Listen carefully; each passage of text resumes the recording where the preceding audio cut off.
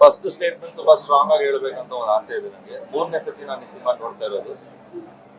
ಮೊದಲನೇ ಸತಿ ನನ್ನ ಫೇವ್ರೆಟ್ ಡ್ರೈವರ್ ಮಮಾಸಿ ಸಿನಿಮಾನ ಪ್ರೊಡ್ಯೂಸ್ ಮಾಡ್ತಾ ಇದ್ದಾರೆ ಅಂತ ಗೊತ್ತಾದ್ಮೇಲೆ ಅದು ನನ್ನ ಸಿನಿಮಾ ಆಗೋಯ್ತು. ಸೆಕೆಂಡ್, ರವಿ ಸಾರಂಗ್ ಅವರು ನನಗೆ ಲಿಟರಲಿ ಲಾಸ್ಟ್ 6 years ಇಂದ ಪರಿಚಯ ಇದ್ದಾರೆ. ಈ ಸ್ಟೋರಿ ಬಗ್ಗೆ ನಾವು ಚರ್ಚೆ ಮಾಡಿದೀವಿ, ನಿಮ್ಗೆಲ್ರಿಗೂ ಇಷ್ಟ ಆಗಿದೆ ಅಂತ ಅನ್ಸುತ್ತೆ. ಅಂಡ್ ಥರ್ಡ್, ತುಂಬಾ ಬೋಲ್ಡ್ ಸ್ಟೇಟ್ಮೆಂಟ್ ಆಗಿರ್ಬೋದು, ಮತ್ತು ತುಂಬಾ ಮನಸ್ಸಿಂದ ತುಂಬಾ ಪ್ರೀತಿಯಿಂದ ಹೇಳ್ತಾ ಇದ್ದೀನಿ.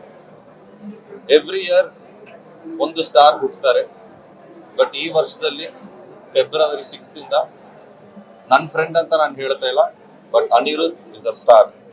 ಒಬ್ಬ ಹೊಸ ಸ್ಟಾರ್ ಇಂಡಸ್ಟ್ರಿಗೆ ಬಂದಿದ್ದಾರೆ ಅಂತ ಹೇಳಿದ್ಮೇಲೆ ನೀವು ಈ ಒಂದು ಸಿನಿಮಾನ, ಈ ಒಂದು ಪ್ರತಿಭೆನ ನೀವು ಜನಕ್ಕೆ ಹೋಗಿ ಸೇರಿಸ್ಬೇಕು. ಈ ಸಿನಿಮಾದಲ್ಲಿ ಇವ್ರ ಪಾತ್ರ ಬರೋದು ಜಸ್ಟ್ ಒಂದು half an hour, 40 minutes.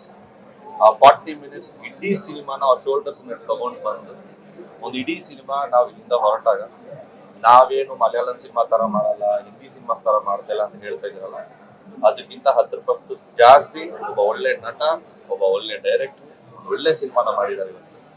ತುಂಬಾ ಹೆಮ್ಮೆಯಿಂದ ಹೇಳ್ಕೊತೀನಿ. ನಾನು ಇವ್ರ ಫ್ರೆಂಡ್ ಅಂತ ಹೇಳ್ಕೊಳ್ಳೋದು ನನಗೆ ಹೆಮ್ಮೆ ಅನಿಸ್ತಾ ಇದೆ.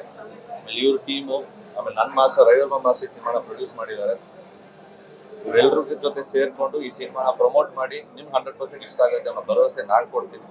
ಆಕ್ಟ್ ಮಾಡಿರುವಂತ ರಾಜಬಿ ಶೆಟ್ಟಿ ಅವ್ರಿಗಾಗ್ಲಿ, ಅರ್ಚನಾ ಅವ್ರಿಗಾಗಿರ್ಲಿ, ಮ್ಯೂಸಿಕ್ ಡೈರೆಕ್ಟರ್ ಆಗಿರ್ಲಿ, ಪ್ರೇಮ್ ಸರ್ ಸಪೋರ್ಟ್ ಮಾಡಿದ್ದಾರೆ.